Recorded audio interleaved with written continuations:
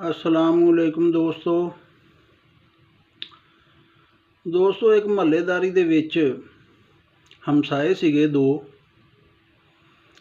ਇੱਕ ਹਮਸਾਏ ਨੂੰ ਦੂਸਰੇ ਹਮਸਾਏ ਦੇ ਘਰੋਂ ਅਕਸਰ ਔਕਾਤ ਦੋਵਾਂ ਮੀਆਂ ਬੀਵੀ ਦੀਆਂ ਕਹਿ ਕੇ ਹੱਸਣ ਦੀਆਂ ਆਵਾਜ਼ਾਂ ਅਕਸਰ ਬੇਸ਼ਤਰ ਆਉਣੀਆਂ।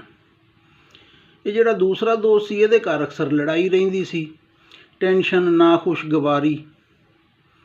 ਕਾਫੀ ਦਿਨ ਤੋਂ ਬੇਚੈਨ ਸੀ ਵੀ ਕਿਸੇ ਦਿਨ ਹਮਸਾਏ ਨੂੰ ਪੁੱਛਾਂ, ਯਾਰ ਇਹ ਤੇਰੇ ਕੋਲ ਕਿਹੜੀ ਗਿੱਦੜ ਸਿੰਘੀ ਆ?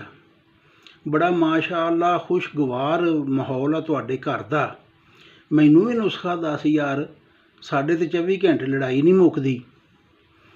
ਇਸ ਤਜੱਸਸ ਦੇ ਵਿੱਚ ਕੁਛ ਅਰਸਾ ਤੇ ਉਹਨੇ ਗੁਜ਼ਾਰਿਆ। ਆਖਰ ਇੱਕ ਦਿਨ ਉਹਨੇ ਰਾਹ ਜਾਂਦੇ ਹਮਸਾਏ ਨੂੰ ਰੋਕ ਲਿਆ। ਉਹਨੇ ਕਿਹਾ, ਵੀਰ ਮੇਰੀ ਇੱਕ ਪਰੇਸ਼ਾਨੀ ਦਾ ਹੱਲ ਕਰ ਦੇ ਯਾਰ। ਉਹ ਕਹਿੰਦਾ, ਦੱਸੋ ਜੀ। ਕਹਿੰਦਾ, ਯਾਰ ਮੈਂ ਅਕਸਰ ਬੇਸ਼ਤਰ ਸੁਣਿਆ ਤੁਹਾਡੇ ਘਰੋਂ ਨਾ ਤੇਰਾ ਅਤੇ ਤੇਰੀ ਬੀਵੀ ਦਾ ਕਹਿਕਿਆਂ ਦੀ ਅਤੇ ਹੰਸਰ ਖੇਡਣ ਦੀ ਆਵਾਜ਼ ਆਉਂਦੀ ਆ। ਇਸ ਖੁਸ਼ਗਵਾਰ ਮਾਹੌਲ ਦਾ ਕੀ ਆ ਯਾਰ ਤੇਰੇ ਕੋਲ ਹਿਸਾਬ ਕਿਤਾਬ? ਮੈਨੂੰ ਵੀ ਦੱਸ ਯਾਰ, ਮੈਂ ਚਾਹੁੰਦਾ ਮੇਰੇ ਘਰ ਦਾ ਵੀ ਮਾਹੌਲ ਬਹੁਤ ਵਧੀਆ ਹੋ ਜਾਵੇ। ਉਹਨੂੰ ਲੈ ਕੇ ਇੱਕ ਪਾਸੇ ਜਾ ਕੇ ਬਹਿ ਗਿਆ ਅਤੇ ਕਹਿਣ ਲੱਗਾ, ਦੋਸਤਾ ਹੈਗੀ ਆ ਰਾਜ਼ ਦੀ ਗੱਲ ਅਤੇ ਦੱਸਣੀ ਨਹੀਂ ਕਿਸੇ ਨੂੰ, ਤੂੰ ਆਪਣਾ ਹੀ ਬੁੱਤਾ ਸਾਰ ਅਤੇ ਮੈਂ ਤੈਨੂੰ ਦੱਸ ਦਿੰਦਾ ਅਤੇ ਤੂੰ ਅਗਾਂਹ ਨਹੀਂ ਕਿਸੇ ਨੂੰ ਦੱਸਣੀ। ਉਹਨੇ ਕਿਹਾ, ਨਾ ਵੀਰ ਤੂੰ ਮੈਨੂੰ ਦੱਸ।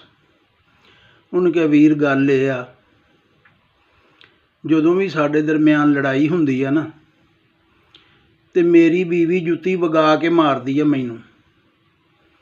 ਜੇ ਤਾਂ ਮੈਨੂੰ ਜਾਵੇ ਲੱਗ ਅਤੇ ਉਹ ਹੱਸਦੀ ਆ, ਅਤੇ ਜੇ ਮੈਂ ਜਾਵਾਂ ਬਚ ਤਾਂ ਫਿਰ ਮੈਂ ਹੱਸਦਾ।